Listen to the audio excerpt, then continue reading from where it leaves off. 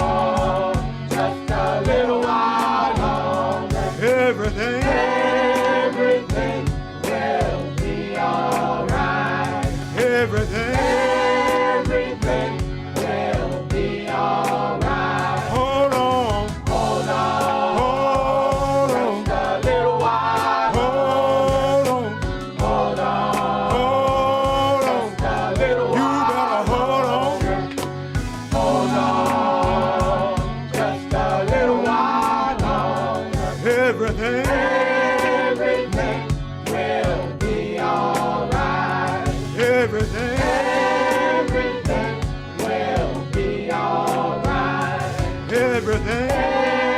everything will be alright. Everything. Everything will be alright.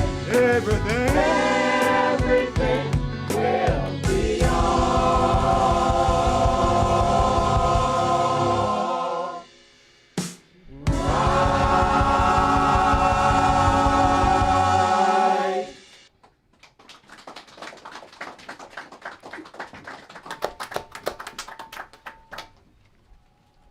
The oracles of the UCI.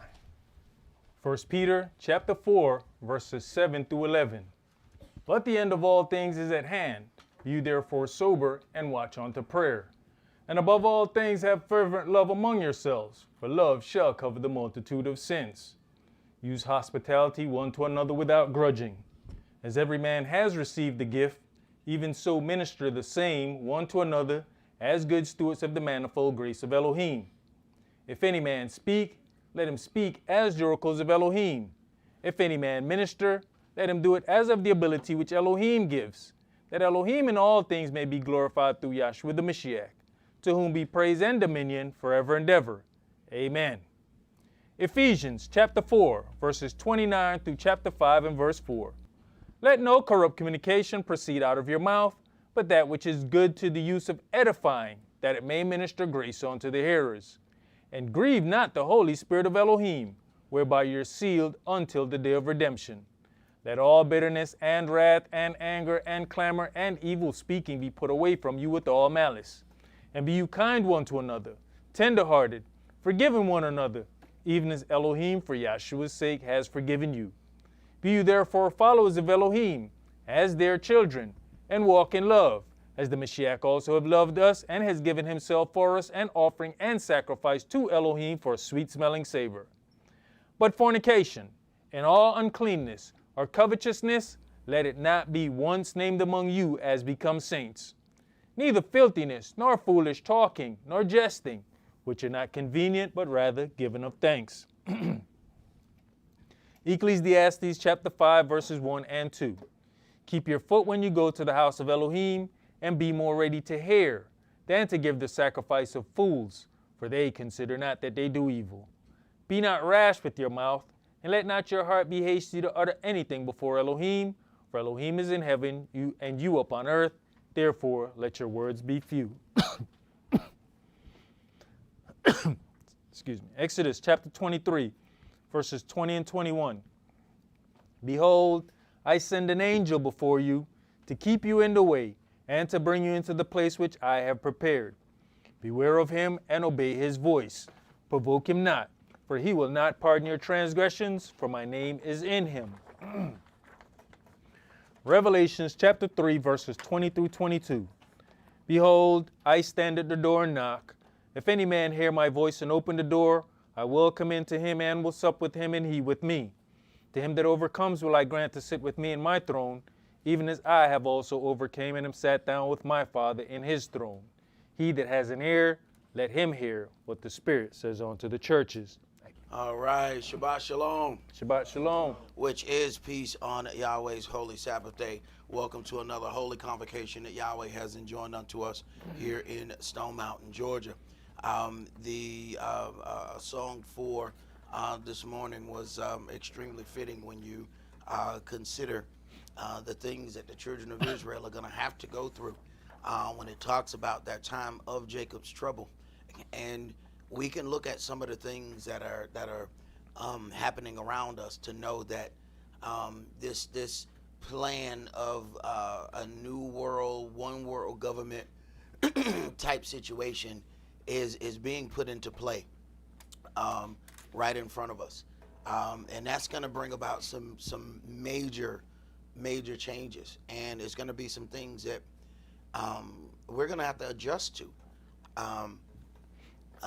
because we know that the adversary is going to use everything in his power to attack the children of Israel, and even part of that in our mind, making us question, who we are, and when you have individuals who are in control of all of these things. And then when you say that they are in control of it, the narrative has been made that you're making some anti-Semitic trope when you say that the people own what they own. It's absolutely. You can tell that the propaganda machine that was used against the Jewish people by the Germans, that they have learned from that and used that to their advantage. They've taken all of those things. It is amazing with all of the things that we encounter here, that you can merely speak against somebody else, and it is proposed that it be a hate crime just because you said something against someone else. And it's quite interesting, just at the mere looking at how somebody has taken hold of a term, that if you say something against one group of people, it is deemed as anti-Semitic. And one of the questions I ask is, are the Palestinians Semitic? Arabs are Semitic, right? Mm-hmm. So then the Israelis are anti-Semitic then, right? Then every bomb that they sent, all of that was anti-Semitic. But it's interesting how all of those things get presented as if there's only one group of Shemitic people. It is quite interesting how these things have played out. But Yahweh is going to have to come and cause deliverance for his people. It is Yahweh that is going to orchestrate the deliverance of the truly afflicted people. Not the people who say that they are afflicted, but the people who are truly being afflicted. Let's begin today's sermon in Matthew chapter 24.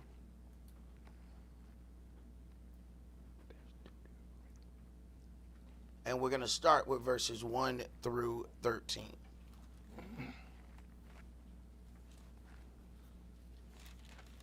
Matthew chapter 24. And we're going to read verses 1 through 13. And Yahshua went out and departed from the temple, and his disciples came to him for to show him the buildings of the temple. And Yahshua said unto them, See you not all these things? Verily I say unto you, there shall not be left here one stone upon another that shall not be thrown down. And as he sat upon the Mount of Olives, the disciples came on to him privately, saying, Tell us, when shall these things be? And what shall be the sign of your coming and of the end of the world? And Yahshua answered and said unto them, Take heed that no man deceive you, for many shall come in my name, saying, I am the anointed one, and shall deceive many. And you shall hear of wars and rumors of wars. See that you be not troubled, for all these things must come to pass, but the end is not yet. For nation shall rise against nation, and kingdom against kingdom, and there shall be famines and pestilences and earthquakes in divers places. Right. Now, a lot of these things will be man-made. These pestilences, these famines, all of these things that have been taught for quite some time about there being too many people on the face of the earth. And that was a code conversation happening right in front of us, not understanding that when they said too many people, they were saying too many of us. Okay? So then a carefully orchestrated plan has been put about to make sure that certain groups of individuals are, or ethnicities of people rather, are greatly diminished. And when you deal with other ethnicities not multiplying at the rate that they once were, you then see that this push then comes about as a way to increase one side while diminishing another. And we shouldn't think that that's strange, because we can openly go in the beginning of this book and read where the Egyptians say, these people are too many. Let us deal wisely with this people. This is the beginning of the book. We're talking about the beginning of heathen reign. And the first thing they look at is their supremacy. So white supremacy is no different than black supremacy. What Pharaoh had was black supremacy. And it wasn't just black in color, because the true children of Israel look just like his people. He wanted supremacy according to his ethnic group only, not color. And that was something that, automatically looking at the multiplying of our people, he felt like it was something that he needed to get involved in. So we shouldn't think that this is something strange. Go ahead. Verse 8, all these are the beginnings of sorrows. Then shall they deliver you up to be afflicted, and shall kill you, and you shall be hated of all nations for my name's sake. Right. This is why we are paraded across the news. This is why all of the things that our people get off into will be on prime time, nightly. You won't see any other nation, and if you don't know any better, you don't think anybody else is doing crime. You don't think that anything else is happening. And then you stroll down to one of those trailer parks and see that you say, you know what, I want to go back to the projects where it's safe. You realize, wait a minute, this place here is off the chain.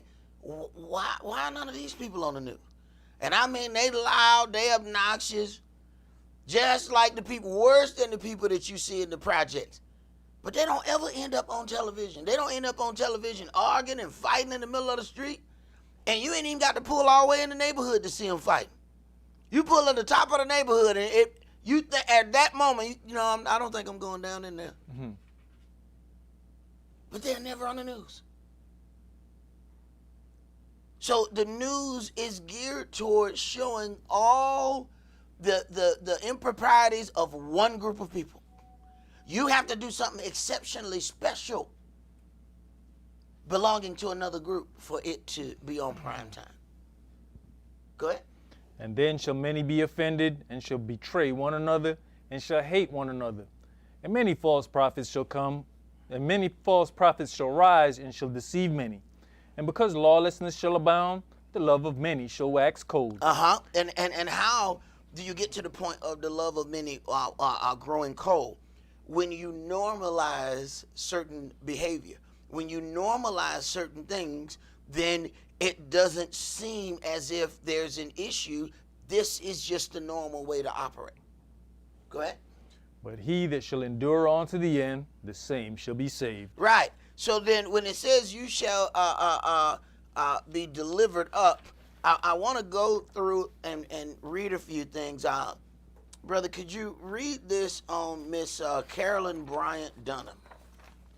Because when we talk about the deliverance of the afflicted, a lot of times people will tell you, how much things have changed, and we see the same old strange justice happening. And I say this all the time. We've been voting forever, and I ask the people, tell me how things have changed. Part of the game is that we allowed people to do this desegregation, which split up the power of our vote. If we were going to vote, if all of us stayed in the same place and voted, we would be able to get a stronghold in this system. They know that. So they make sure that we are divided enough that we will always move away from one another. Go ahead, brother. Let's start reading this right here. From ABC News, Carolyn Bryant Dunham, whose accusations led to murder of Emmett Till, dies at 88. Now, when you look at these things, sometimes your mind makes you think that this was so long ago, that it's like ancient history. And yet here the person who caused the brutal beating and maiming and killing of this little child has lived a full life and just now passed. Go ahead. A grand jury declined to indict her in connection with Till's murder. I keep telling y'all that they need to find another word than grand, because this grand jury, it ain't grand at all. Go ahead. Carolyn Bryant Dunham, Emmett Till accuser, dies at 88. Dunham accused Till of making improper advances at her, leading to his lynching in Mississippi in 1955. Right. He whistled at her. Now, you see how far things have come? I just watched something the other day where there was a commercial. I'm talking about a public service announcement, all right? It was not for any particular business. We're talking public service announcement where they have two people behind a screen kissing, and it shows like a skeleton.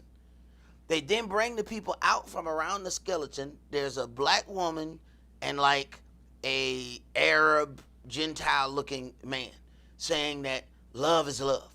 So now they're really pushing all of these things. Not too long ago, you whistled at somebody, you could end up hanging from a tree.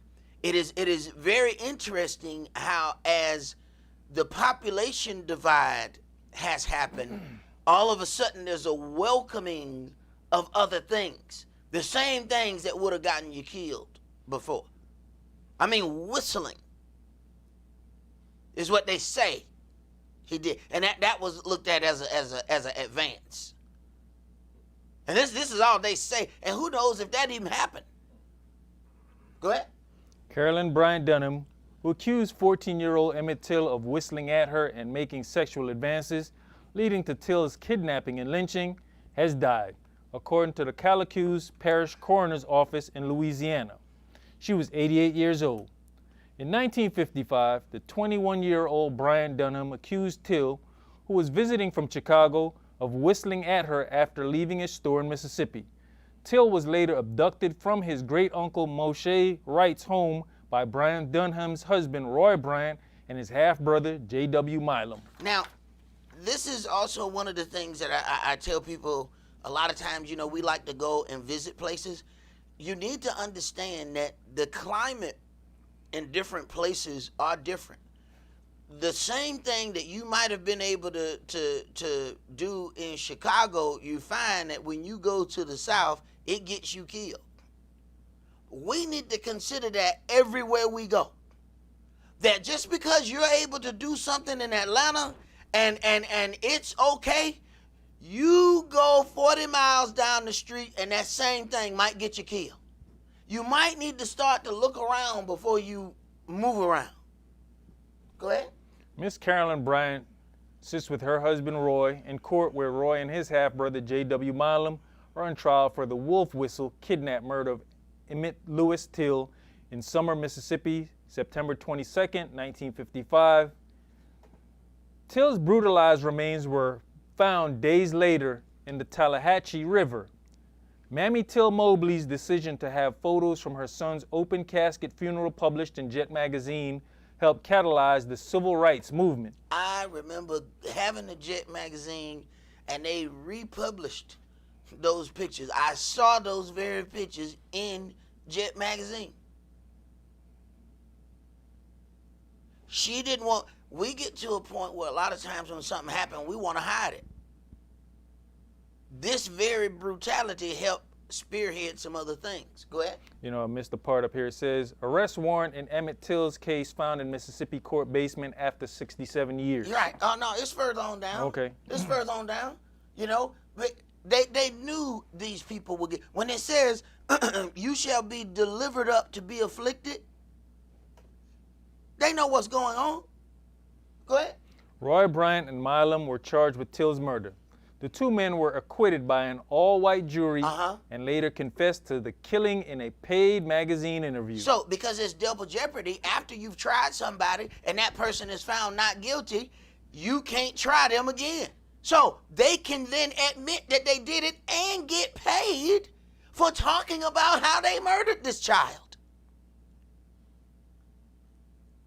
And we keep talking about, you know, I'm waiting on the, justice to be served. While everybody else served justice on the platter the way they want to serve it. We walking around holding hands trying to sing Kumbaya, keeping hope alive, and they got a whole nother system going on. And we watch the same thing happen today. But we're going to get to that too. Go ahead. The U.S. the Justice Department reopened the investigation into Till's murder in 2018 after a book alleged that Bryant Donham had lied in her testimony to the FBI about Till's actions. However, the Department of Justice was unable to uncover sufficient evidence to federally prosecute her. Advocates pushed for Brian Dunham's arrest in 2022 after an unserved arrest warrant for kidnapping, an attached affidavit from Wright, and court minutes from 1955 were found in a basement of a Leflore County, Mississippi courthouse. They was found in the basement. They knew she was lying decades ago. So who put all those papers and just made sure they was filed in the basement? But you find this is how things go when they say take it to the grave. We learned it from the best. Right after these people go to the grave, then here come the story of all of their dealings popping out. Go ahead. However, a grand jury in Leflore County declined to indict Brian Dunham on charges of kidnapping and manslaughter in connection with Till's death. And here we go again with the grand jury. Decided that it was not when something happens, especially the murder of one of us, if they so-called indict the person, they wait a very long time before they indict the individual, and then a mock trial. It's a mock trial because it is meant to make us believe that justice is going to be served. After using the mock trial to spread out the emotions, then that person is released. They can't release the person right at that point because tensions are too high.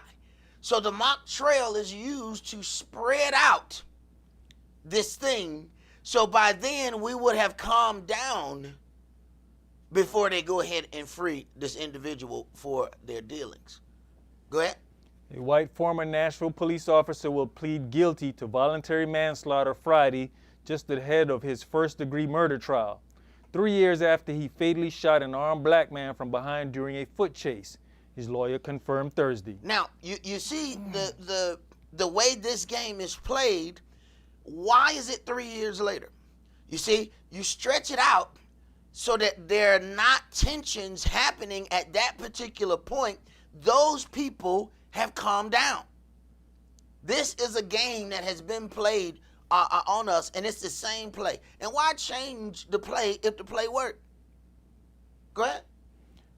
Attorney David Rabin made the confirmation on behalf of former officer Andrew Delt, who was about to face trial for a first-degree murder charge over the death of 25-year-old Daniel Hambrick in July 2018. The shooting occurred before the death of George Floyd last year, but the trial would have come after the conviction and sentencing of former Minneapolis police officer Derek Chauvin in Floyd's murder. Right. So then you see that it was beneficial for them to pause this because tensions were too high because of something else. So then now, by pausing this, it happens at a different time so that it don't seem like back-to-back things keep happening to this, certain group of people. Because the last thing America wants is for anybody to have some kind of sympathy for us. Go ahead. Delt, 27, submitted his resignation Thursday. Metro Nashville Police Department spokesperson Don Aaron said, Delk had already been decommissioned, meaning that he had to turn in his gun but was able to work a desk job and still get paid. Of course he was. This is how you make sure that we are continually getting shot. Their punishment is they no longer have to walk the street, but they get paid. Their punishment ends up being that they have to go home, but the check still come in the mail. Where I'm from, that's called a vacation. Go ahead. They say he was able to keep work. He submitted his resignation Thursday. This is published in 4/29/23, or that's when it was printed off. Well, this said the top of the article says July 2nd. 2021. Okay. But what you're dealing with a 3-year. You're talking about 2019, and this stuff, as far as going down, is just now taking place. But he's able to completely get paid. And keep working on the debt. Keep working, and tax-paying citizens are paying for this. So we are paying our murderers. Go ahead. The attorney for Hambrick's family, Joy Kimbrough, said his mother, Vicky Hambrick, was not contacted or consulted and did not know about the plea deal until after it was done. Right. You want to see something? I couldn't even watch the video of these people thinking that they're going in to watch something, and I mean I had to turn it off. You look at hurt mother, hurt family, all of this, and they think that they're going to watch one thing, and they're really going to watch a mock trial where you walk in there and you see the people kind of trying not to smile at one another, the Gentiles over in the corner, because they've already worked out their deal. They've already had a secret deal, but you're going to see that this is how the court system is built. It is built behind secret decisions and deals. Go ahead. Kimbrough said the deal included a 3-year prison sentence. Rabin declined to comment on any sentence length. She's very upset about it. She's distraught about it. And she has said it's like losing her son all over again, Kimbrough said of Hambrick's mother. A spokesperson for District Attorney Glenn Funk said he could not confirm anything. After coronavirus delays and pretrial back and forth, jury selection was slated to start next week.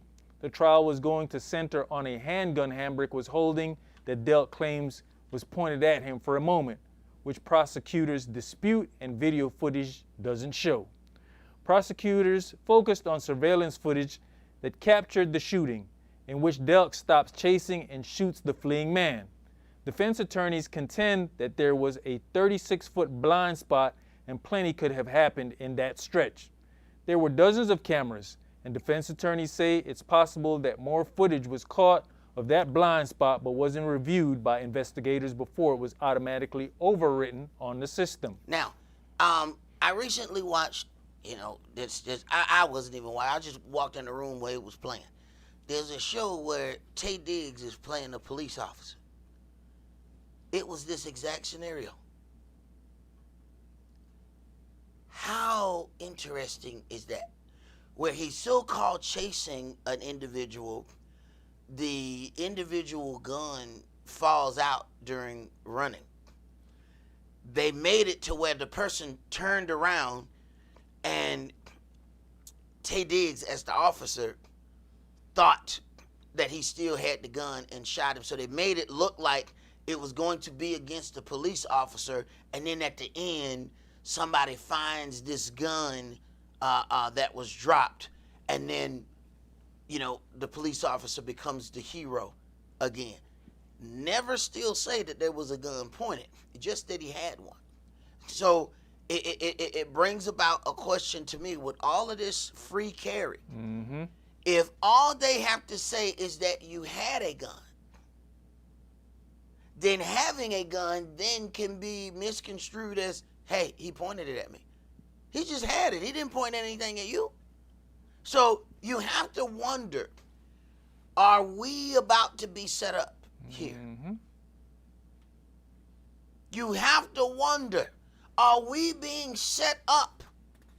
I find it very interesting that this show was, it stuck out to me when I watched the show. Then when I read this, I said, no, I seen this episode. I seen this episode already. Now, how did they put this in there? This is how you formulate the minds of the people. Have y'all ever really thought about, as far as the American television system, how many law and order shows are on? I'm telling you, start counting. There's nothing else on television.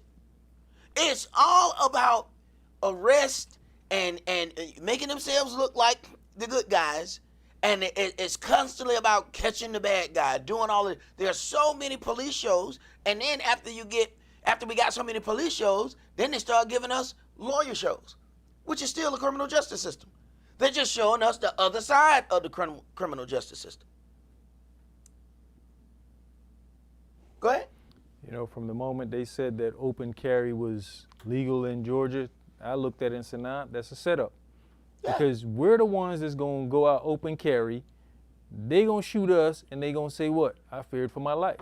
Exactly. And all they had to do was see it. And then you have it out open, showing them, they automatically know, that's the one I'm going to shoot right there. See, if you have your stuff, concealed, and they don't know you got it, now they got to guess. Go ahead. The month after the shooting, Funk released surveillance footage of the shooting publicly, sparking wider attention and outcry. Delk was charged in September 2018, and the shooting caused enough backlash that 2 months later, voters installed a community oversight board for Nashville's police department. Convicting an officer for an on-duty death remains a tall order. Since 2005, there have been 143 non-federal sworn law enforcement officers with arrest powers arrested for murder or manslaughter resulting from an on-duty shooting in the U.S., with only 45 convicted of a crime resulting from the shooting, according to a tally by Philip Stinson. Now, and when you deal with some of those charges, you will also find that even though it says they were convicted of something, you'll find that it's the same kind of situation as this, where they have lowered the charge to where it's basically a slap on the wrist for cold-blooded murder. That's all I want to read from there. Let's go to, I want to read this thing on the grand jury. Because, several times we've heard this grand jury thing. So I want you to read this definition here on the grand jury. A grand jury is presented with evidence from the U.S. attorney. Now, I need for you to understand what's happening here. When it talks about the U.S. attorney, he's basically the only person with knowledge of law in the room. So I'm going to explain it to you this way. There's a group of kids back there, and then there's one adult that walks in that helps these kids decide on who should get the crackers and who should get the candy. All right, now, this person has the ability to manipulate these people because they don't have any knowledge of law. So this grown-up is in charge of the goods, and these kids don't have any knowledge of what's happening. All right, keep reading. The prosecutor in federal crime cases, the grand jury determines whether there is probable cause to believe the individual has committed a crime and should be put on trial. If the grand jury determines there is enough evidence, an indictment will be issued against the defendant. Now, understand, in each one of these situations of things happening against us, the grand jury declines to indict. Each time they don't find enough evidence. Keep going. My question is this. So the U.S. attorney, who is the prosecutor, is the only one that presents evidence. My defense attorney is not there to present evidence, so the grand jury is already warped one side before they even come to trial. Oh, it gets better. Keep reading. If the grand jury determines there's enough evidence, an indictment will be issued against the defendant. Consists of 16 to 23 people. The grand jury proceedings are not open to the public. Now, here's one of your other, plays. Now, this stuff comes from Europe, where it was supposedly made to make sure that the monarchy didn't overrun the people. So then, this thing was put into place. And of course, as they broke away from their mother country, they took bits and pieces of what they wanted and installed it here. Go ahead. Defendants and their attorneys do not have the right to appear before the grand jury. I wanted you to read their statement. So you ain't got to guess at it. Okay. You ain't got to guess at it. This comes from U.S. government.org. Okay, so you don't have to guess.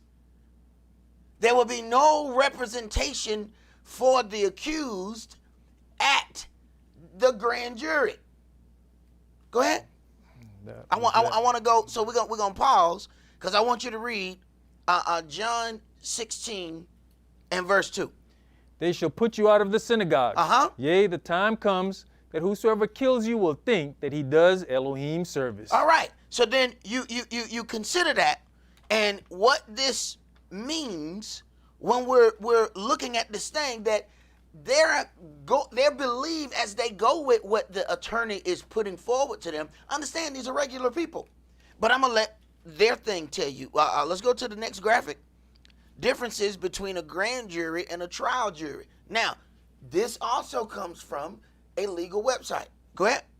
It is probably not much of an exaggeration to say that virtually every American is familiar with the concept and function of a trial jury. Right, because when you live in a police state, where a state that locks up more of its people than any other country on the face of the planet, you have heard of a jury trial. You ain't got no choice. You turn on the television and you're gonna run into it constantly. Go ahead. Even if only through watching any of the seemingly endless number of popular legal dramas. Understand, everybody knows what happens here. Go ahead. Much like a trial jury, a grand jury is a group of individuals who have been selected and sworn in by a judge to serve a particular purpose in the legal system. In fact, grand juries are usually chosen from the very same pool of citizens as are trial jurors. I asked the same question. How many of y'all been on the grand jury? Now, how many of y'all been called for jury duty? Right. Y'all been called for jury duty, but I ain't never heard I ain't met not a damn who told me, you know what, man, I've been on this grand jury.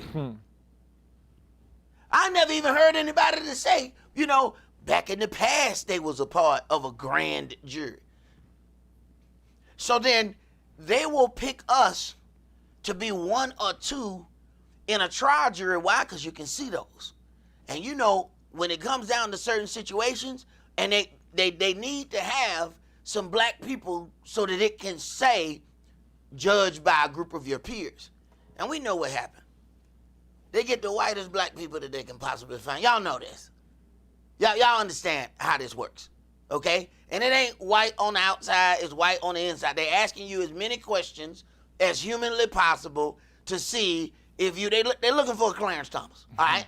They're looking for Clarence, all right? They're questioning you, and they go our Clarence right there. So they're looking for Clarence. And once this is why they throw out the other people, but they don't even have to worry about this in a group of individuals who's not going to be seen. Go ahead. When used for purposes of pursuing criminal charges, the grand jury is to be comprised of individuals that represent a cross-section of the population, just as is sought for a trial jury. Oh, that's what they say? While a trial jury will sit for only the duration of a criminal case, a grand jury is impaneled for a much longer period.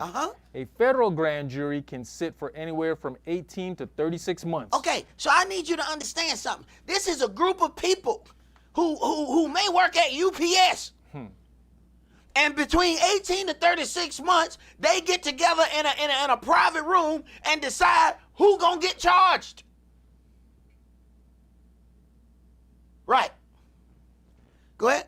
While state grand juries can sit for varying terms ranging from 1 month to 1 year. Typically, grand juries do not convene daily. Instead, grand juries often convene only once per week or a few times per month. Nevertheless, depending on the potential duration of the commitment, oftentimes grand juries are retired people or others whose work or home schedules allow them to spend the time required to serve on a grand jury. Oh, see, that's why I didn't choose you. See, you had to go to work. That's why we was gonna call you, but we looked at your schedule. See, we saw that you didn't have time in your schedule. That's why we didn't call none of y'all. Right. Go ahead. Unlike the determination that is made by a trial jury, the evaluation performed by a grand jury is not whether the accused committed the crime in question, but whether there is probable cause to bring charges. Right. So they don't have to try to figure out if you're guilty.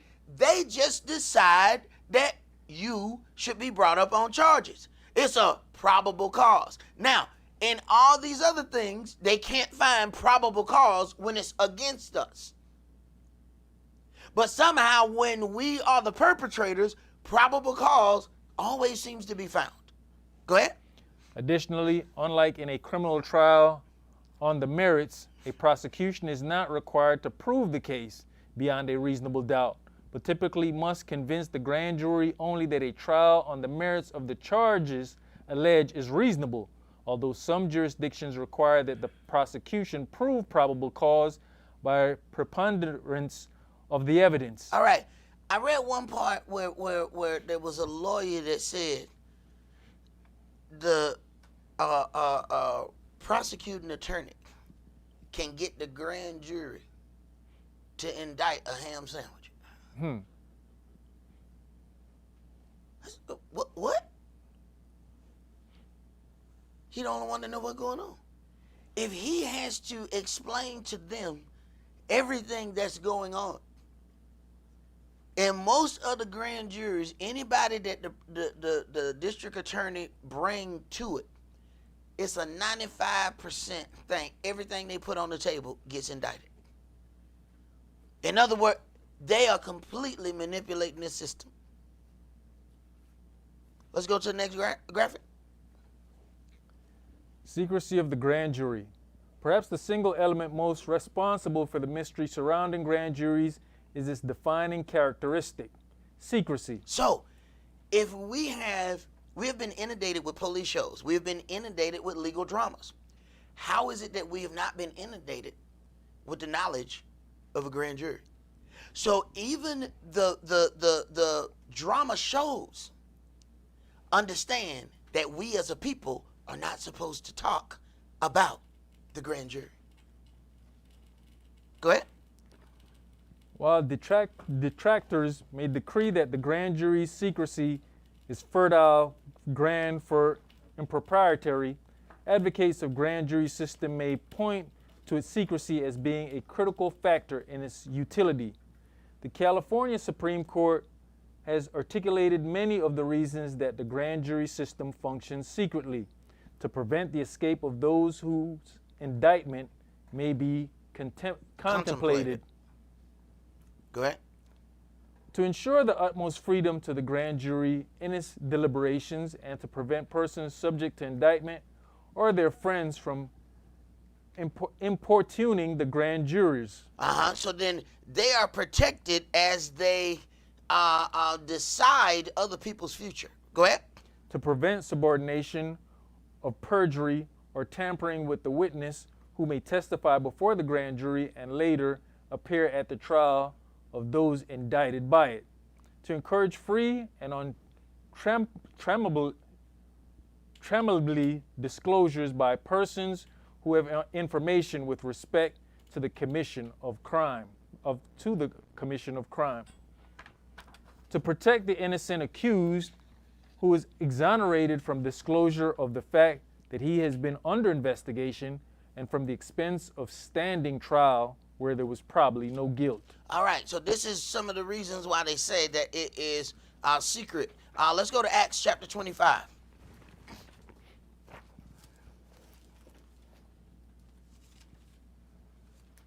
Acts chapter 25, and I want to read verses 14 through 16.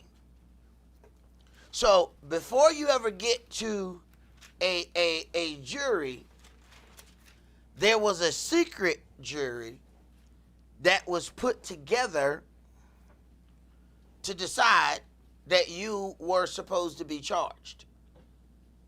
Acts chapter 25, and let's start that at verse 14. And when they had been there many days, Festus declared Saul's cause unto the king, saying, There is a certain man left in bonds by Felix, about whom When I was at Jerusalem, the chief priests and the elders of the Yehudis informed me, desiring to have judgment against him. To whom I answered, Listen. it is not the manner of the Romans to deliver any man to die, before that he which is accused have the accusers face to face. Okay. How can you have that if the grand jury meets in secrecy? Now, this is the declaration about Roman law. Wait a minute. Where they get these laws from? Mm-hmm. They got these laws and brought them over here. They said it is not a part of Roman law to have somebody accused and they don't have the opportunity to face their accusers. But there is a secret group of people who decided that you should be charged and you will never see them. That means they are protected. They might be the biggest bunch of supremacists. You will never see them. Go ahead. And have license to answer for himself concerning the crime laid against him. Right. He is supposed to have that. Let's go to Genesis chapter 3. The serpent was more subtle than any beast of the field which Yahweh Elohim had made. And he said unto the woman, Yea, has Elohim said, You shall not eat of every tree of the garden? And the woman said unto the serpent, We may eat of the fruit of the trees of the garden, but of the fruit of the tree which is in the midst of the garden, Elohim has said, You shall not eat of it. So the way the serpent operates, we're talking about a fork-tongued entity. So you find this double talk. We have to understand the double talk of what happens here. Land of the free, home of the brave, and they imprison more people than any other country on the earth, but it is known as the land of the free. That is what you call forked tongue. That is how you speak two things simultaneously. So you have this thing, and how the adversary's approach is, first of all, the slickness of the approach is who he approached. The information was not given unto the woman, but he approaches the woman. And then he makes the statement, has indeed Elohim said. So it's automatically giving a twisted thing. All right, you do know those people in the other room, right? That may need that, right? You looking like you done did your job. I mean, you looking proud. You know what I'm saying? Read, bro. Neither shall you touch it, lest you die. And the serpent said unto the woman, You shall not surely die. For Elohim does note that in the day you eat thereof, then your eyes shall be opened, and you shall be as gods. So he's got to present this other thing, and you have to understand this is the basis for how the adversary works. The adversary uses something else that will fit the agenda that it's pushing. Go ahead. Knowing good and evil. And when the woman saw that the tree was good for food, and that it was pleasant to the eyes, so after he has convinced her, go ahead. And a tree to be desired to make one wise, she took of the fruit thereof, and did eat, and gave also unto her husband with her, and he did eat. So after she was convinced, so then it was then presented to her husband by her, not by the deceiver. So part of noticing deception is sometimes not necessarily who's doing the talking, but watch who they're talking to. Why did you purposely go to this part of the house and not that part of the house?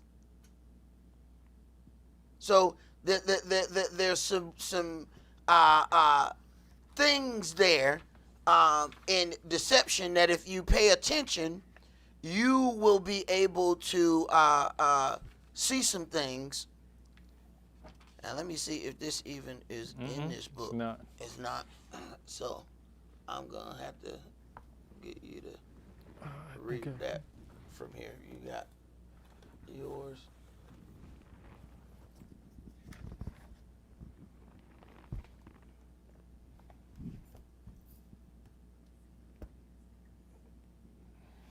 That's the same thing?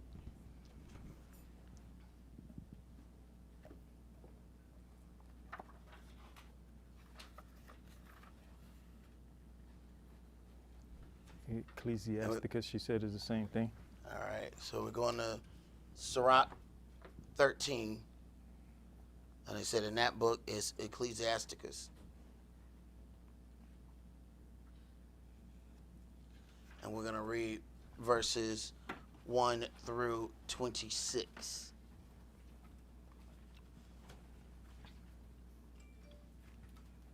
Did everybody get that?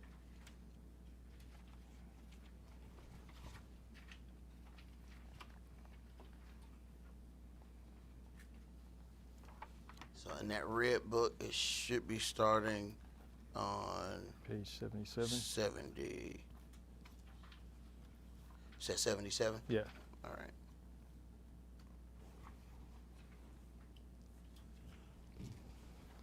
He that touches pitch shall be defiled therewith, and he that has fellowship with a proud man shall be like unto him. Burden not yourselves above your power while you liveth, and have no fellowship with one that is mightier and richer than yourself. For how agree the kettle and the earthen pot together? For if the one be smitten against the other, it shall be broken. The rich man has done wrong, and yet he threatens withal. The poor is wrong, and he must entreat also. If you be for his profit, he will use you. But if you have nothing, he will forsake you. Right. Now, when you go to verse 2, burden not yourself above your power while you live, and have no fellowship with one that is mightier and richer than yourself. The line between poor and rich have been clouded by this new invention called the middle class. We don't understand just how far apart those things were in the past. And we don't know the difference between hood rich and real rich, okay? Because we'll see hood rich and be like, that person rich. And that person will tell you, nah, I ain't rich. I mean, I do all right, you know? Because when you right in the middle, you done seen some rich people and you like, oh, no, I ain't that. I done seen what that is. No, I ain't that. No, I still have to think about my purchases, you know? See, when you run into rich, you know, they buy, and then they be like, I figure it out when I get to the house. What? You gonna think about it later? That's just like $25,000. Yeah, I know. I probably could have got it a little bit cheaper. I just didn't really have time. What? You found out, okay, that's a different life. I don't have that. I don't, they say if you got the ass, then you can't afford it. I definitely got the ass.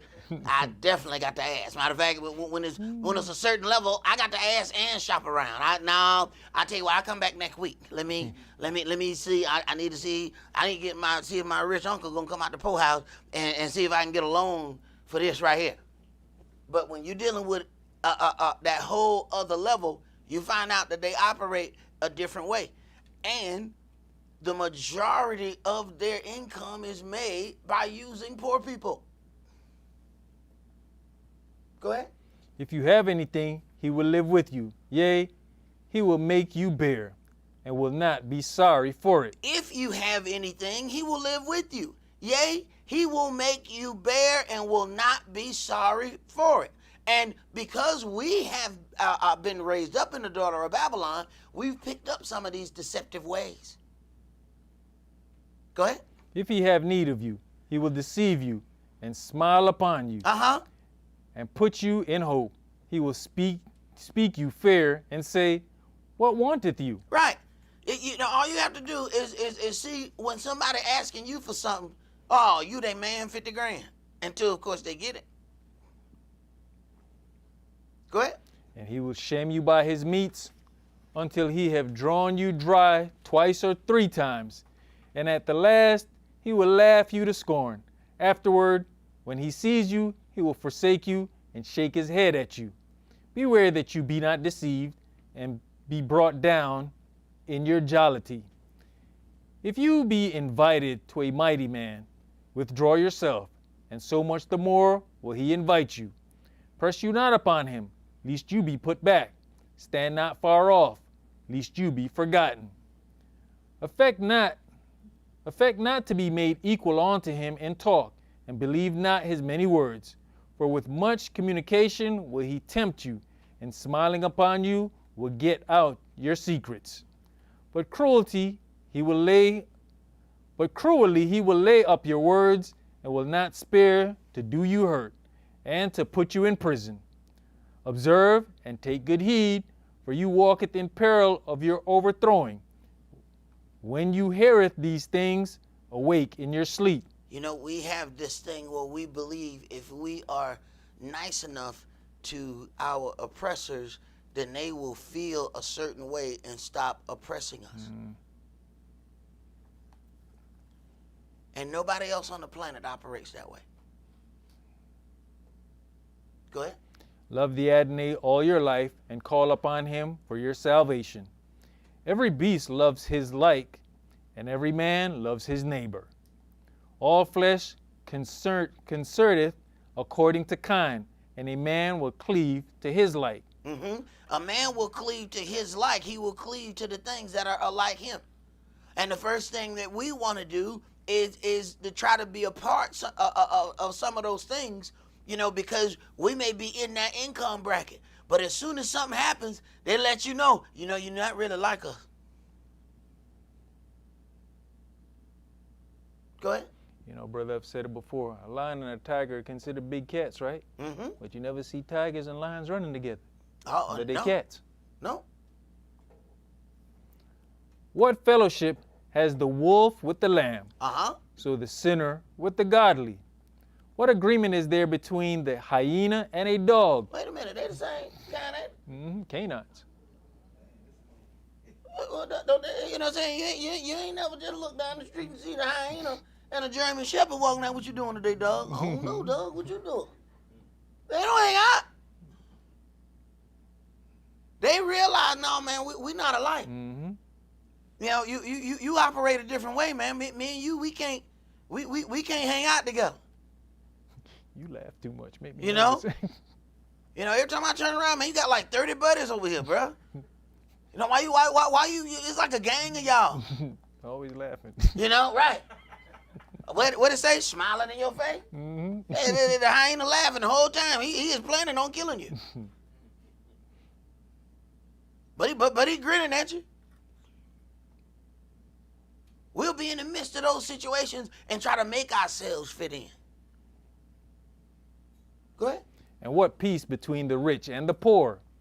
As the wild ass is the lion's prey in the wilderness, so the rich eat up the poor. As the proud hate humility, so does the rich abhor the poor. A rich man beginning to fall is held up of his friends, but a poor man being down is thrust also away by his friends. When a rich man is fallen, he has many helpers. He speaks things not to be spoken, and yet men justify him. The poor man slipped, and yet they rebuked him too. He spake wisely, and could have no place. When a rich man speaks, every man holds his tongue. And look, what he says, they extol it to the clouds. But if the poor man speak, they say, what fellow is this? And if he stumble, they will help to overthrow him. Riches are good unto him that has no sin, and poverty is evil in the mouth of the ungodly. The heart of a man changes his countenance, whether it be for good or evil, and a merry heart makes a cheerful countenance. A cheerful countenance is a token of a heart that is in prosperity, and the finding out of parables is a wearisome labor of the mind. All right, let's go to Jeremiah chapter 9.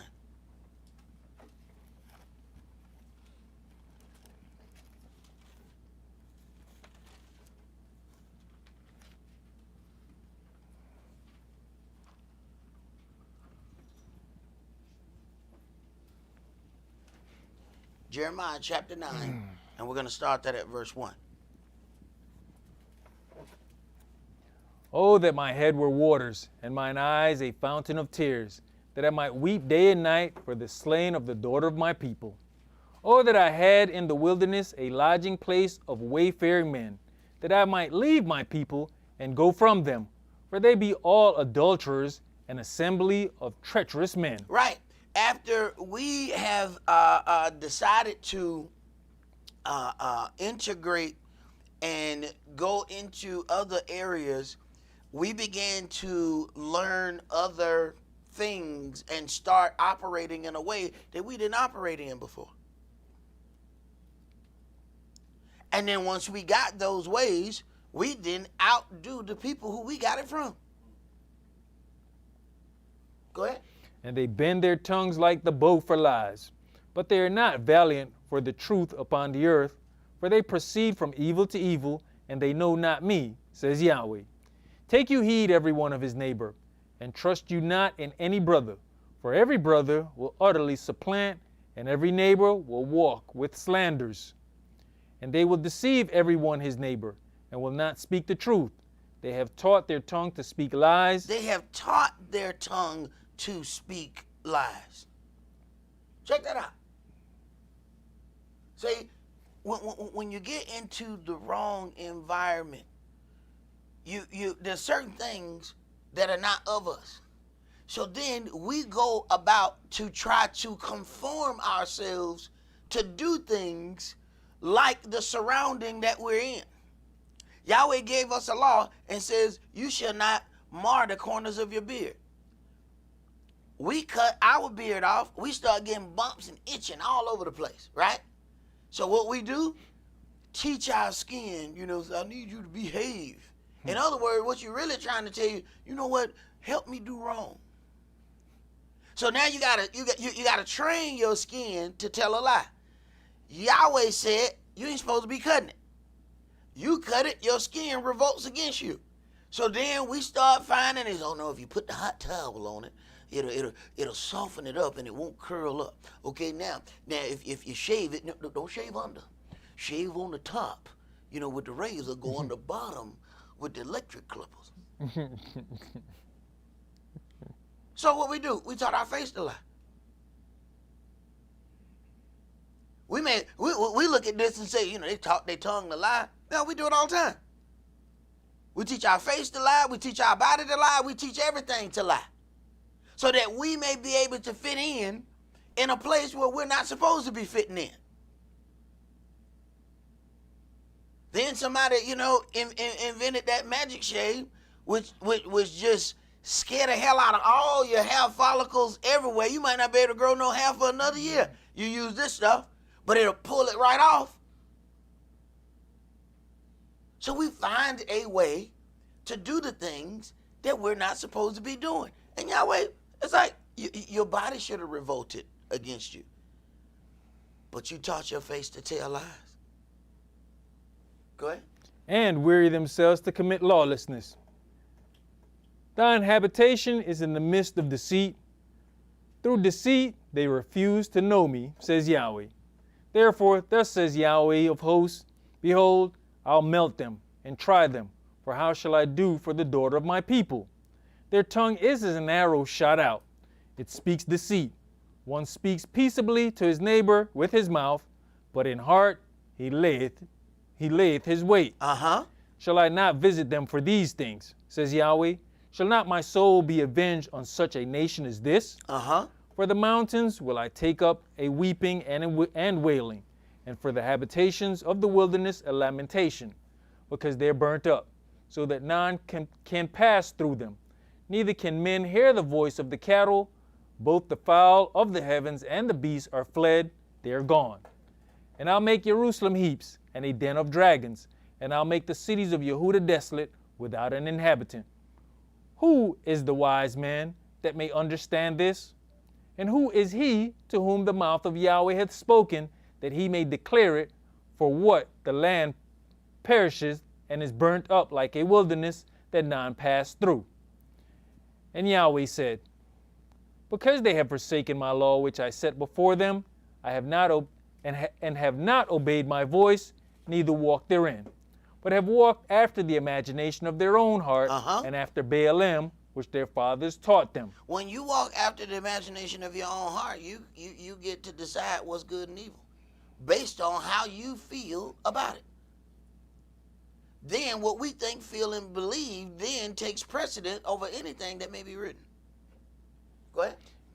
That whole imagination of the heart is a dangerous thing, You know, you have conversations with people and they'll go, well, this brother thinks I'm this, and this sister thinks I'm this, and this person, how do you know what they think? You're having a simple conversation, somebody's asking you something, but that results in what you think that they think of you. Oh, that's a very dangerous thing, bro. When you look at it, you know, I was looking at videos the other day, and I saw a video with Lil Kim and a video with Michael Jackson.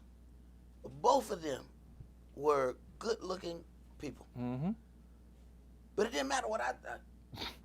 It mattered what they thought. Lil Kim didn't think she was pretty, and then she made herself hideous.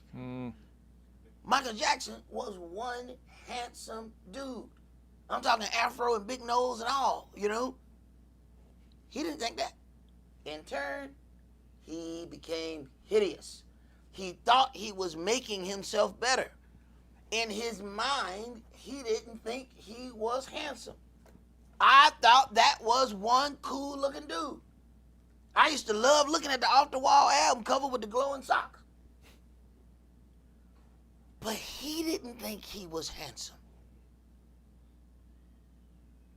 Slowly but surely, he turned into Peter Pan. Tattoo red lips and everything. You know how that's got to hurt? But it was what was in his mind. See, this is the power of your mind. If you let somebody tell you that you are unattractive, then you turn around and think that you are unattractive, you are then going to operate in an unattractive fashion. It doesn't really matter that you are attractive. It matters that you think you are not. Go ahead, brother. Verse 15. Therefore thus says Yahweh of hosts, the El of Israel, behold, I'll feed them, even this people, with wormwood, and give them the water of gall to drink. I will scatter them also among the heathen, whom neither they nor their fathers have known, and I'll send a sword after them till I have consumed them. Thus says Yahweh of hosts, consider you, and call for the mourning women, that they may come, and send for cunning women, that they may come.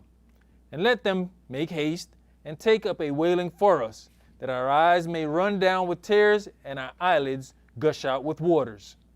For a voice of wailing is heard out of Zion. How are we spoiled? We are greatly confounded, because we have forsaken the land, because our dwellings have cast us out. Yet hear the word of Yahweh, O you women, and let your heir receive the word of his mouth, and teach your daughters wailing, and everyone her neighbor lamentation. For death is come up into our windows, and is entered into our palaces, to cut off the children from without, and the young men from the streets. So when you go through this book, this is why you're starting to see, you know, things like other people in the continent of Africa are coming out and saying, we've examined this book, and we know that the true children of Israel is us. That this is happening all over the world. So this is why other people have to then start presenting themselves as being afflicted. Because they can't show real affliction, then they have to present something. Because if you keep reading in this Tanakh, you keep reading in this book, you're going to find where the children of Israel is supposed to be going through all of these things until the Messiah returns. So then if you know that these group of people have not encountered this or not encountering it now, then they have to present something. Go ahead. Speak, thus says Yahweh, even the carcasses of men shall fall as dung upon the open field, and as the handful after the harvestman, and none shall gather them. Thus says Yahweh, let not the wise man glory in his wisdom, neither let the mighty man glory in his might, let not the rich man glory in his riches. But let him that glorieth glory in this, that he understands and knows me, that I am Yahweh, which exercise loving kindness, judgment, and righteousness in the earth. For in these things I delight, says Yahweh. So the first thing of our protection is learning how to become closer to Yahweh our Elohim. Because we can stack up as many things as we want to prepare for the evils that are coming for us. If you haven't stacked up any treasures in heaven that Yahweh will preserve you, then every canned goods you stack up is in vain. Every shell casing you got is in vain. All of that is in vain because you have not worked on the first thing. And the first thing is him. Not the last thing. The first thing is him. All your protection start after that. Go ahead. Behold, the days come, says Yahweh, that I'll punish all them which are circumcised with the uncircumcised. Now, you know, that's something you got to meditate on. How do you become circumcised with the uncircumcised? Because you desired to fit in, you have made yourself become a part of something that you were not supposed to be a part of. You have to think, man, we go to college and join Greek fraternities. We didn't go to college and join African sororities. We go to college and join Greek. We the blackest Greeks you ever seen in your life. Now we go to a place of higher learning and then go backwards. We go high to get low. And we might be in the blackest of schools while we pledge Greekness.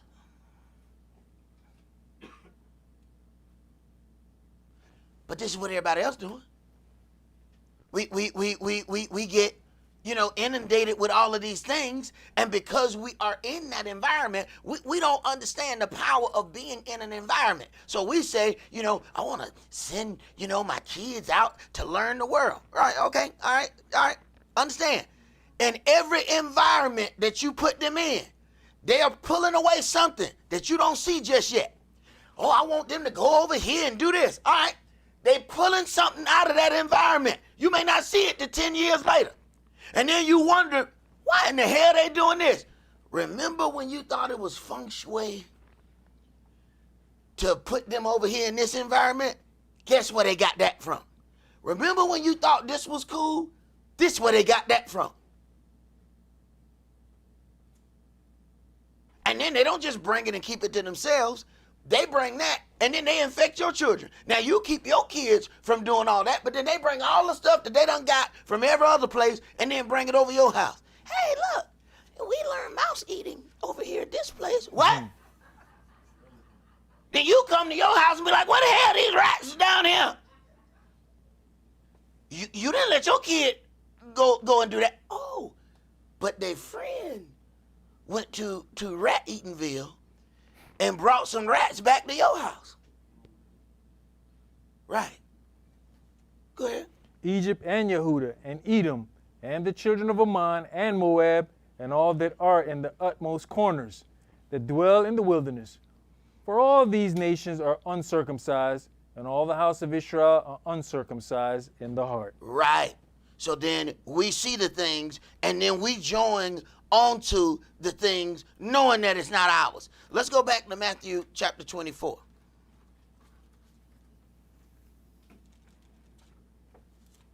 See, the one thing that we have to understand about even deliverance is everybody don't want to be delivered. And this is going to throw us at times that we run into individuals who don't want to be delivered. You see that they are in a situation. You see that there's something that ain't quite right, but they don't want to be delivered, and they don't want to be delivered by you.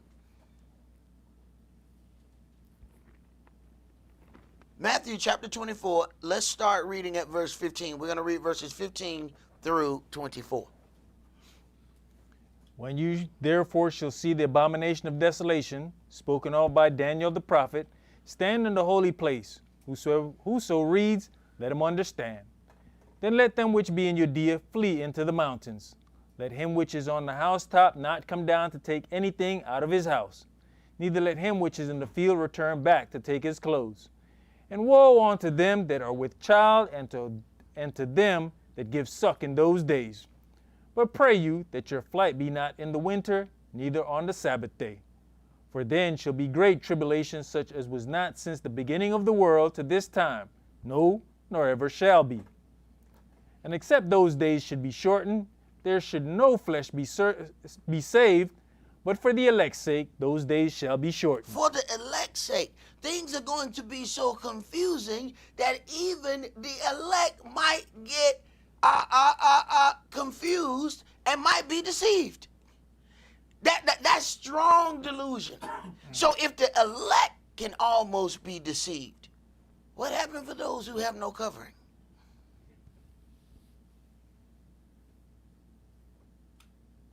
Go ahead. Then if any man shall say unto you, Lo, here's Yahshua, or there, believe it not. For there shall arise false messiahs and false prophets, and shall show great signs and wonders. Right. Now, we can say that, we wouldn't believe nobody saying that they Christ. But when they're able to do something, all them people, now, understand now, we come from the generation of TV televangelists who heal people, and we get very excited. What we don't really consider is everybody they heal and make pass out is always in their auditorium. We don't even ask the right questions.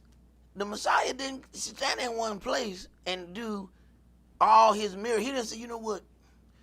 Come to Yeshua Studios and I will present a miracle for you. That's not how that happened. But we will give big money to televangelists, not considering every last one of their miracles is done at their house. Just take this show on the road. Take this show on the road. Let's go. Look, have it, even the ones in Atlanta. I ain't telling you to go outside Atlanta. Just go outside your place. Go and let's heal some people down in Hartsfield. Let's go down to the airport. You know what I'm saying? Let's just catch people coming out, you know what I'm saying, out the gate. You know what? You, come in. Go ahead, go take care of that business. Let's take the show on the road. Get the bus. Pack up the healing on the bus. And let's take the healing on the road. Why does all the healing happen at your place? Interesting. If Yahshua did that, there wouldn't be no healing. What did he say? The fox have holes, the birds have nests, the Son of Man have not where to lay his head. So he couldn't just heal at his place because he had no place. Go ahead. We're living in a time of holograms. Uh-huh. Anything can show up anywhere. Anything can show up anywhere. What they had a concert with Whitney Houston and Tupac. To the point where people saying, "Oh, Tupac is alive." If Tupac was alive, he would have got caught 2 days later because he can't stop talking. Yeah, no, Tupac he down somewhere in Cuba. Cubans would have thrown Tupac out by now. Not gonna happen. But if you can present holograms that look so real that people will buy a ticket to watch a computerized show, and if they can present that good, what happens when the real thing, when the people who have real money, because a promoter ain't got the kind of money that the government has.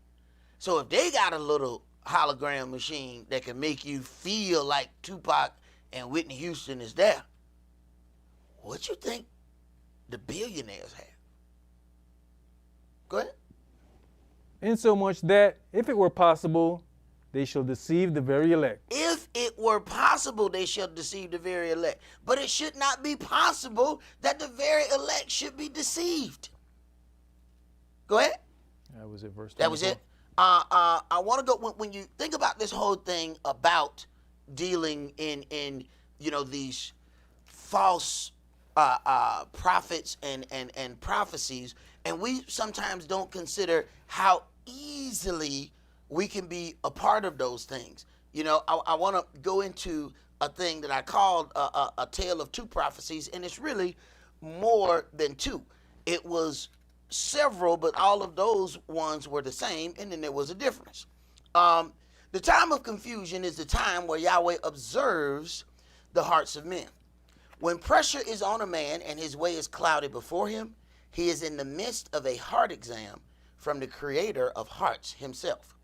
I was asked about 2 prophetic visions that I mentioned in a sermon when I came home from the hospital. I asked my family, I meditated on it, but it did not come to me. I was discussing another situation, and then the entire scenario came to my remembrance late last night.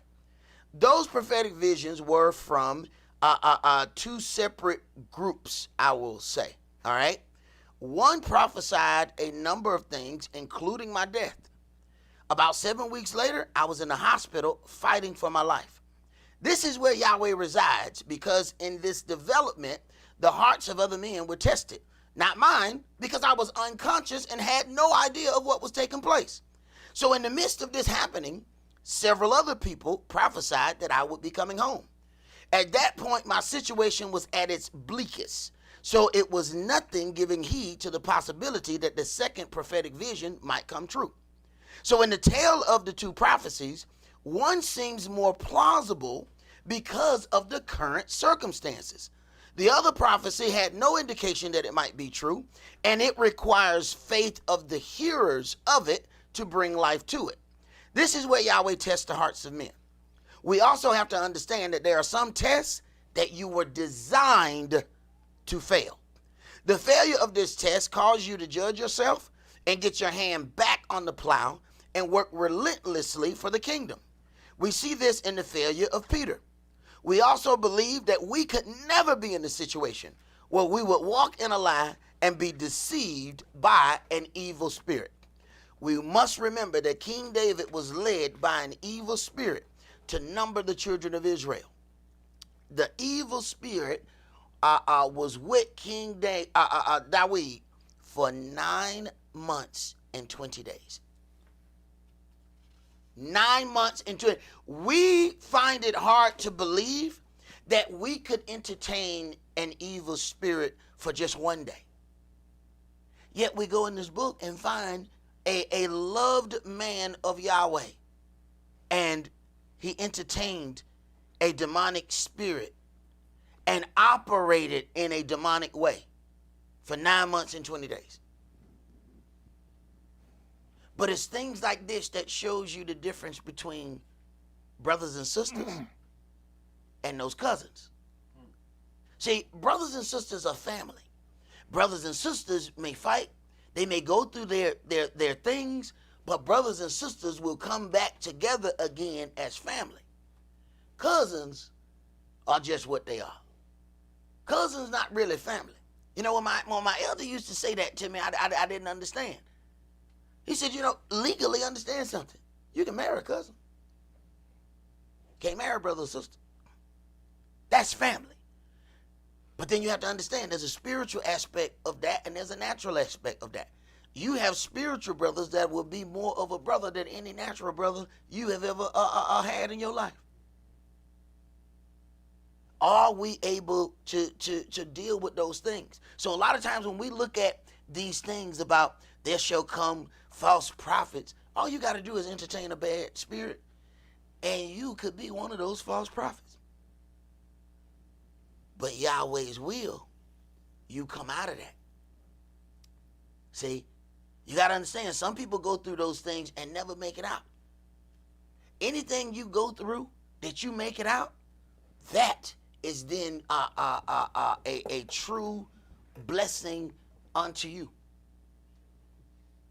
You know, it was, you know, very interesting in, you know, making me think of, you know, these things. I had an individual tell me as they were going through something that they had a dream that they was in jail, and I walked in, opened the jail cell, and just walked away. They saw that I was disappointed, said I never said a word. Yahweh does some things now, and these things happened a long time ago while they were going through some things. But even when Yahweh is allowing you to go through some things, he is also showing you that I'm going to let you get out. As it is written, he done put more on you than you can bear. It may seem like it, but he don't put more on you than you can bear. So then when you come out of those things, you have to consider, all right, am I going to lay around and do things like I did it before? I'm going to put my hand back on this plow, and I'm going to work until I pass out. And if I wake up in the field, I'm going to start back working. That's why it is written, it says, you know what? Who do you think will love him most? The one who he has forgave little, or the one who he has forgiven most? They said, surely the one whom he has forgiven the most. I said, right. That's why I go and deal with the sinners. Let's go to Revelation chapter 13.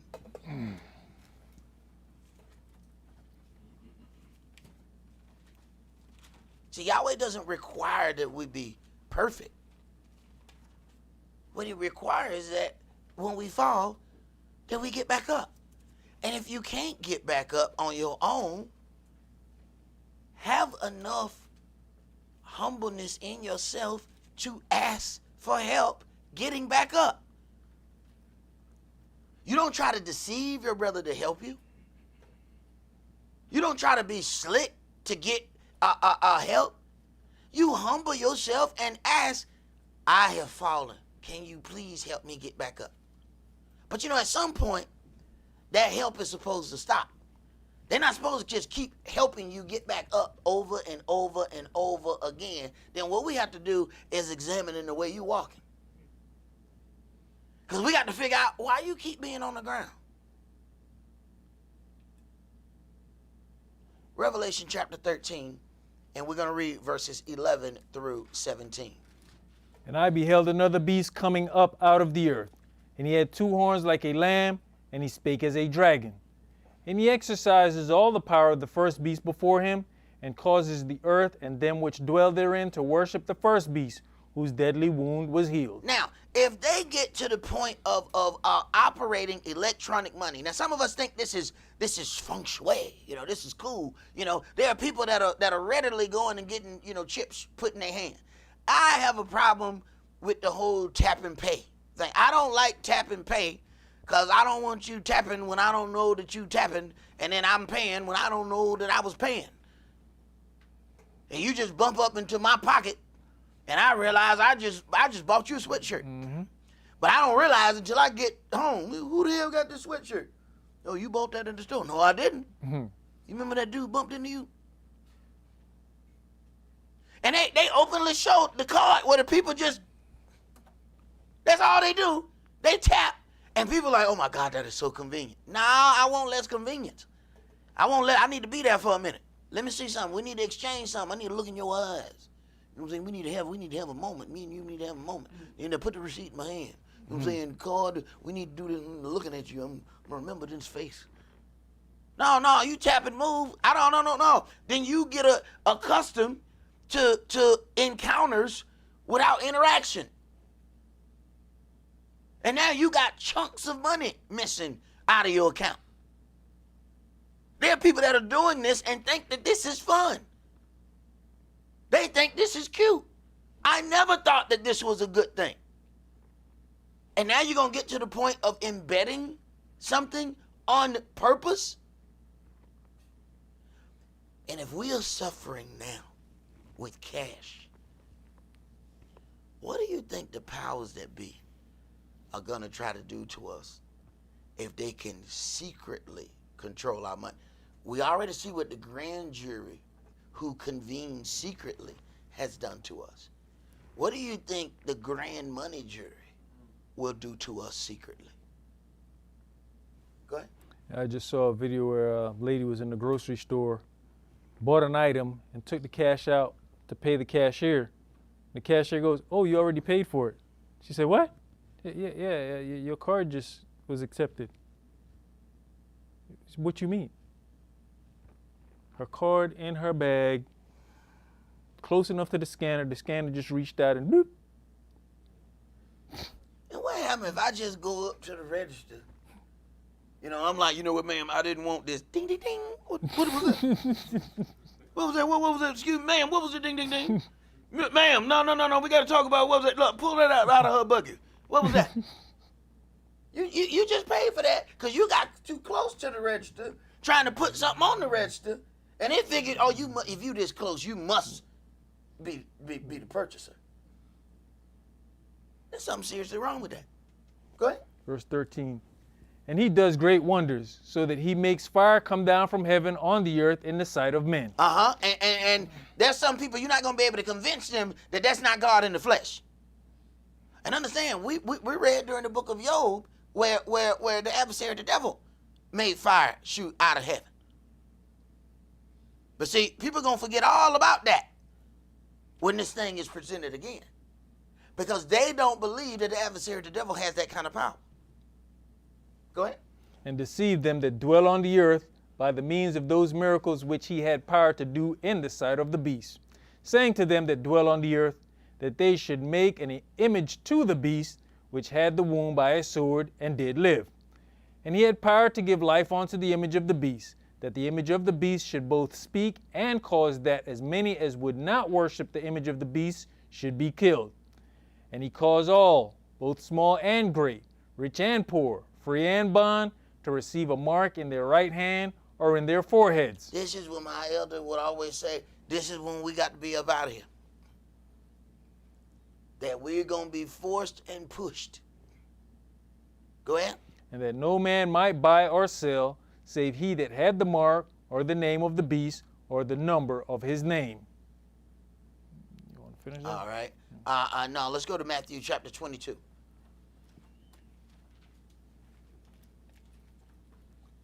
See, this is something that Yahshua had to deal with in his time, the control of money. Now, you know, if you research certain things, of course, there's all kind of varying things that one of the Rothschilds said, you know, let me control the money, and I care not who makes the country's laws. You'll read where they try to say, well, no, you can't prove that he said that, and then all of a sudden, if you start researching it, you run into people that say, oh, that's an anti-Semitic trope. What? Now all of a sudden it became about the Jewish ruling the world and stuff like that. So now you even making a statement has turned into an anti-Semitic trope. It's quite interesting that people are trying to pass laws that you even say something against one group of people, and it's a hate crime. But we can get shot, hung. You know, there are people that they have found hanging in parks. And very few people kill themselves at some other place. People have a tendency to commit suicide at their house.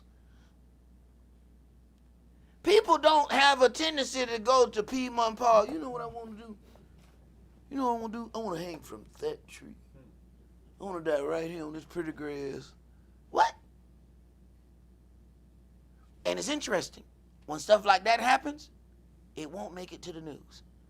You got to read in the back part of some news app. Even the news app won't even put it up front. You got to bump into it. That's mighty peculiar.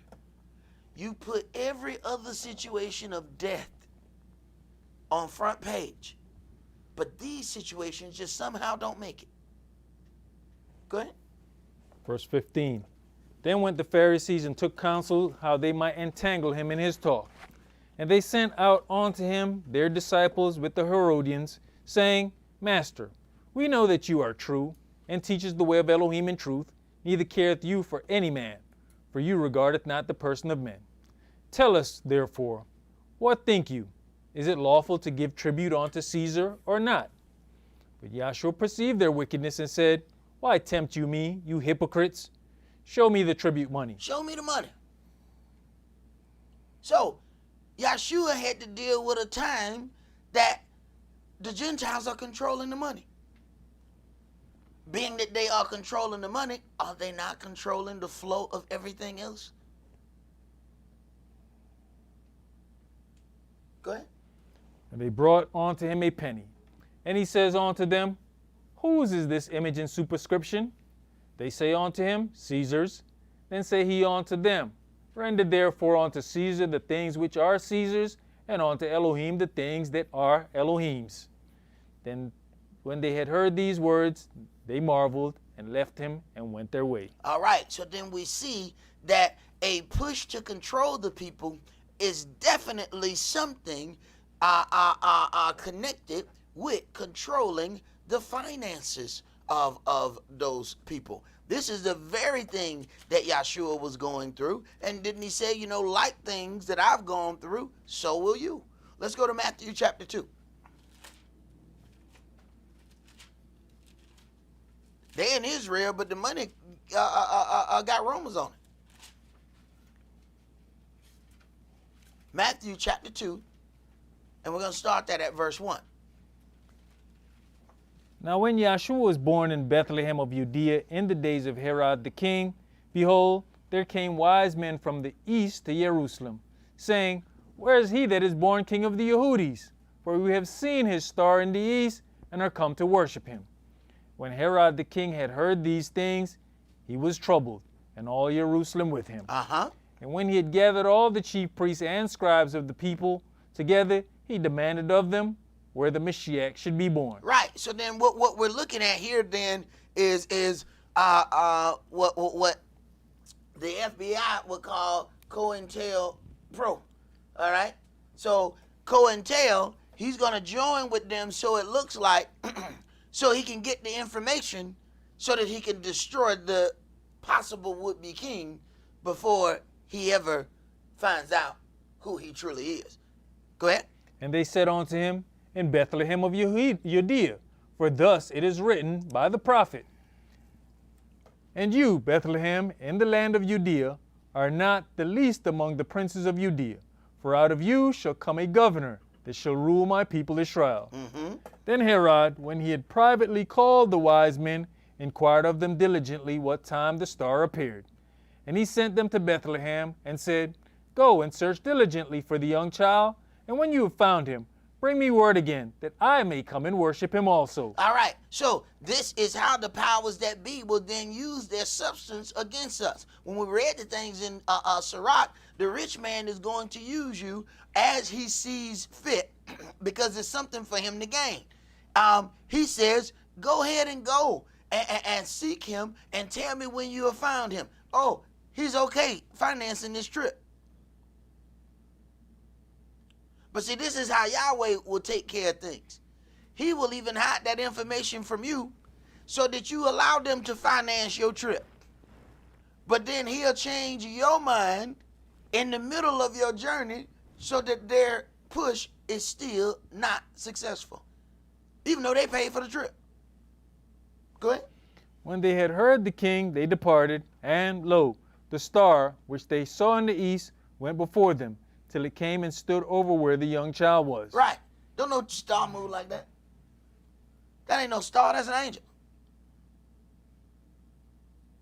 So when people start talking about this whole Star of David is Yahshua.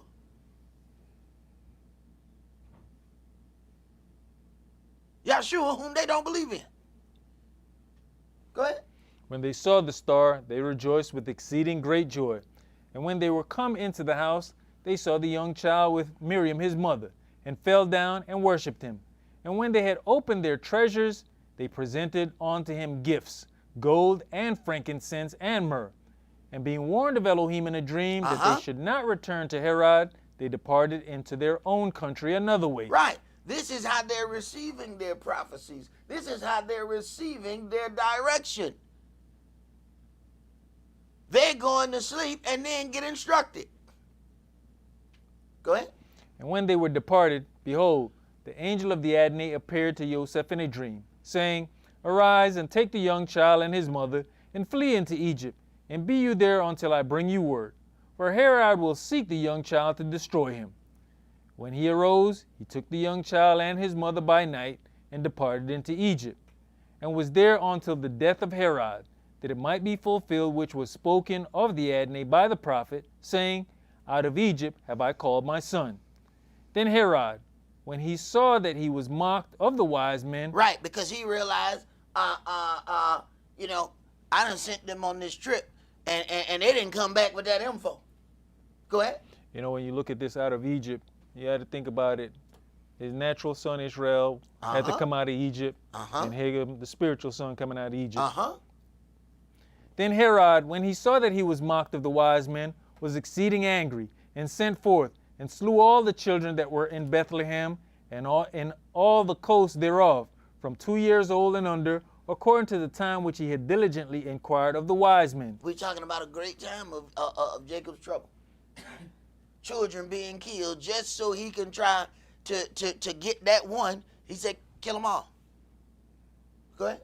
Then was fulfilled that which was spoken by Jeremiah the prophet, saying, In Ramah was there a voice heard, lamentation, and weeping, and great mourning, Rachel weeping for her children, and would not be comforted, because they are not. Right. So when you talk about this affliction, we have this thing where because the powers that be are in control of the money, we then allow that push to get that money to control us.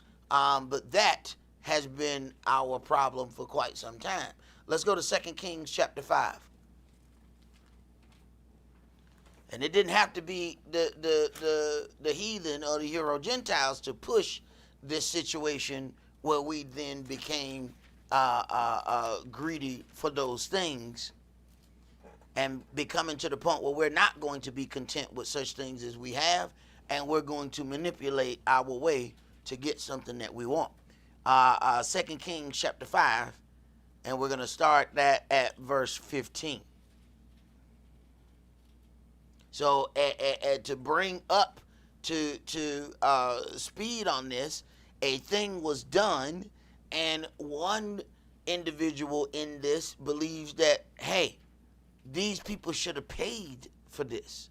So it's an opportunity to get forth some money, and we have to be careful how we deal with Yahweh's things. Go ahead. And he returned to the man of Elohim, he and all his company, and came and stood before him. And he said, Behold, now I know that there is no El in all the earth, but in Israel. Now therefore, I pray you, take a blessing of your servant. But he said, As Yahweh lives, before whom I stand, I'll receive none. And he urged him to take it, but he refused.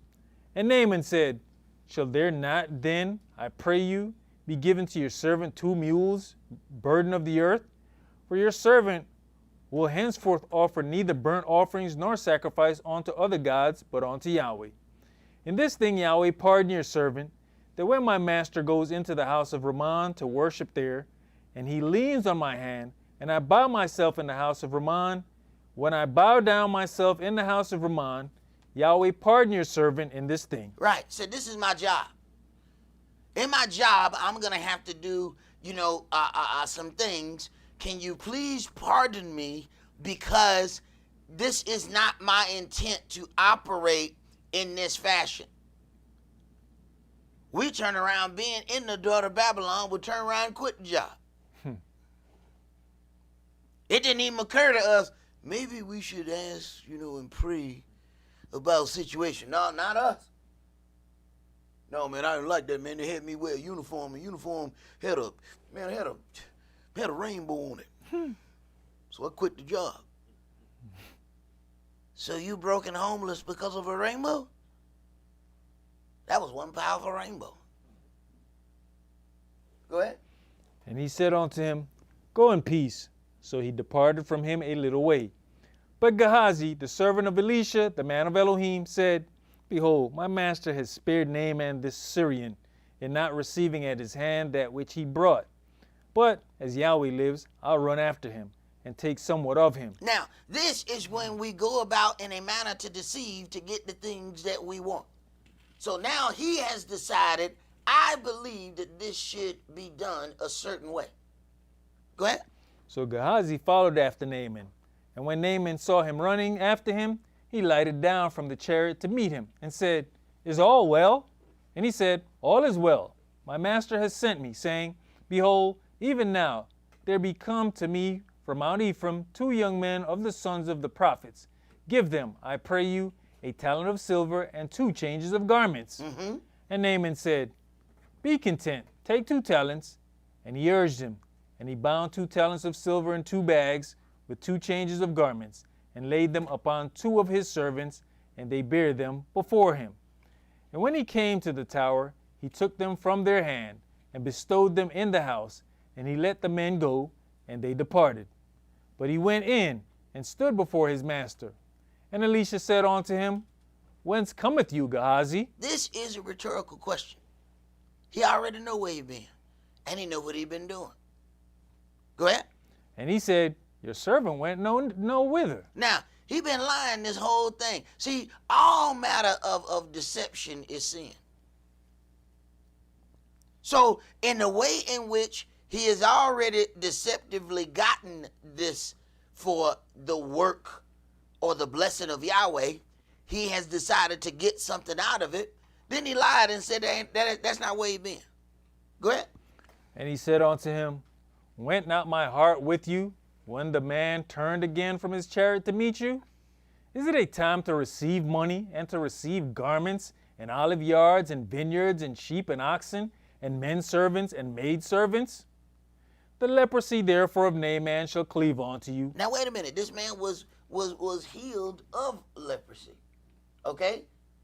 He runs after the man that was healed, get these articles saying that no, my master will receive something for you. But he's taking it unto himself. Now, this is then the man of Elohim that then professes unto him what his judgment is. Go ahead. And unto your seed forever. And he went out from his presence a leper as white as snow. So we then have to deal with this. So the leprosy of Naaman shall cleave unto you and unto your seed forever. So they forever have this situation of leprosy turning white as snow within their bloodline forever, because he decided to lie and get some money for a healing of leprosy. Now, this may sound extremely harsh, because understand now, he still worked for this man even after he was made a leper. There's still other things that he does. But when we consider in the basis of this book, when it says, what is the payment for a lie? Is whatever you intended. So, he jumped in and lied in a case where somebody was healed of leprosy, which then commanded leprosy to fall upon him. You know, when I first read this, I said, "Oh man, brother hard. He could have made the brother, do 10,000 waybacks or something. You know what I'm saying? He could have, say, throw your feet up. To be brought upon him. Why is that a thing? We have to understand that when we get to the point of trying to be delivered from affliction, we have to still have some boundaries as to where we're going to go. And we have to understand what it means when we cross certain lines. I'm sure he didn't think that getting those things was going to cause leprosy upon him and his seed forever. But had he considered what he was lying about, he would have done that differently. But let us hear the conclusion of this matter. Let's go to Proverbs chapter 24. Proverbs chapter 24. And we're going to start that at verse 1.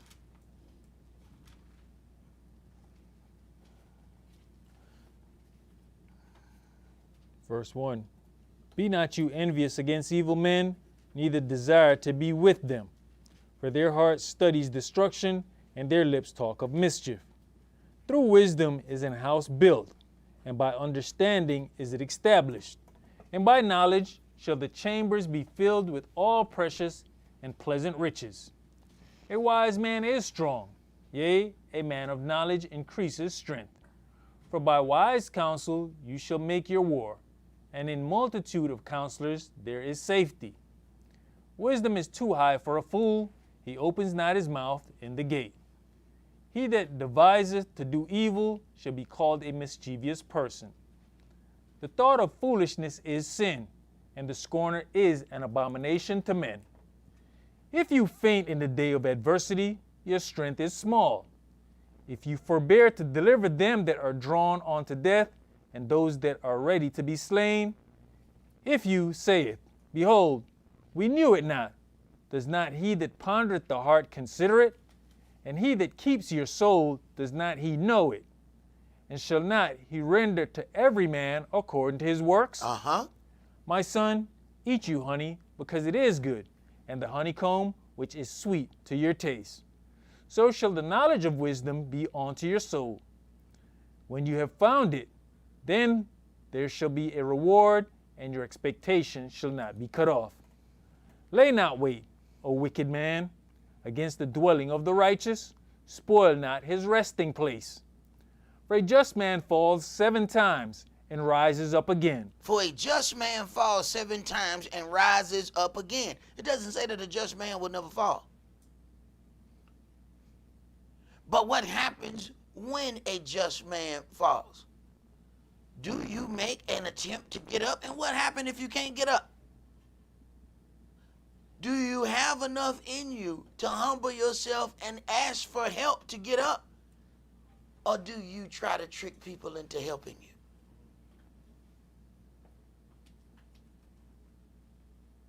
Go ahead. But the wicked shall fall into mischief. Rejoice not when your enemy falls, and let not your heart be glad when he stumbles, lest Yahweh see it, and it displease him, and he turn away his anger from him. Right. So you can rejoice at the fall of your enemy, and you just cause their judgment to stop. Whereas Yahweh had a little bit more planned for them. But he saw your rejoicing and said, oh, I must be done. I didn't think I was done. There's a party being thrown over here. I must be done. I didn't think I was. But looking at this party that they throwing, I must be done. You caused that to stop. Go ahead. Fret not yourself because of evil men, neither be you envious at the wicked. For there shall be no reward to the evil man. The candle of the wicked shall be put out. My son, fear you Yahweh and the king, and meddle not with them that are given to change. For their calamity shall rise suddenly, and who knows the ruin of them both?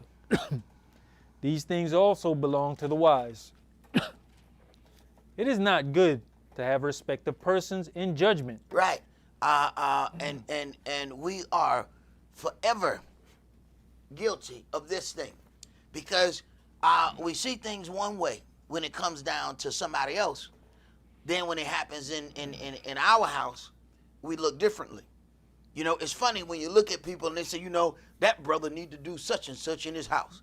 That brother need to get his wife in check. Then you see that brother's wife come in, and it's amazing. Wait a minute, you didn't have that same thought for your wife. You didn't have that same thought for your house. That's interesting. Will not Yahweh ponder those things? When he said, wait a minute, why you didn't have the same leniency for his wife as what you have for yours? Will not he ponder those things? Go ahead. He that saith unto the wicked, You are righteous, him shall the people curse, nations shall abhor him.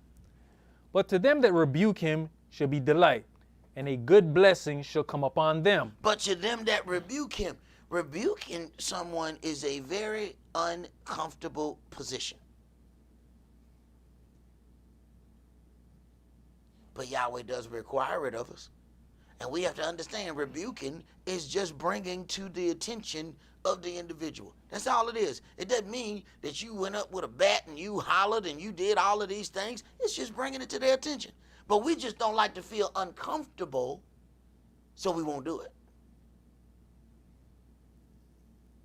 But for righteous judgment to go forth, that person has to be able to face their accuser. That means you got to come out of your little private zone, and you have to give that person the opportunity to either acknowledge or decide that they ain't going to deal with nothing that's coming out of your mouth. Your objection, when we don't understand what the real objection is, We think that we're going to the brother or sister to get them to repent. That's not your job. Your job is to bring that situation to them so that they know what's being held against them. It is up to them to decide whether or not they are going to repent. It is up to them to decide whether or not they are going to acknowledge it. But if you didn't bring it, you have to then ask yourself, okay, am I completely cleared in this thing? It is not your job to try to get somebody to change the way they view something. They just need to know what they did to you. That's it. Your job is done. You ain't got to discuss a 10-point plan of recovery. That's not your job. Go ahead. Every man shall kiss his lips that gives a right answer. Prepare your work without, and make it fit for yourself in the field, and afterwards build your house. Be not a witness against your neighbor without cause, and deceive not with your lips. Say not, I will do so to him as he has done to me.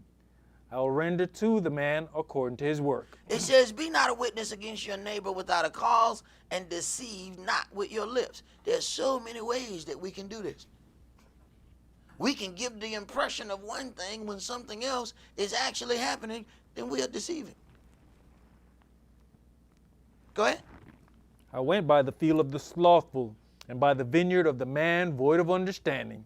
And lo, it was all grown up over with thorns, and nettles had covered the face thereof, and the stone wall thereof was broken down. Then I saw, and considered it well. I looked upon it, and received instruction. Yet a little sleep, a little slumber, a little folding of the hands That's all to it sleep. takes. That's all it takes. It's a little. See?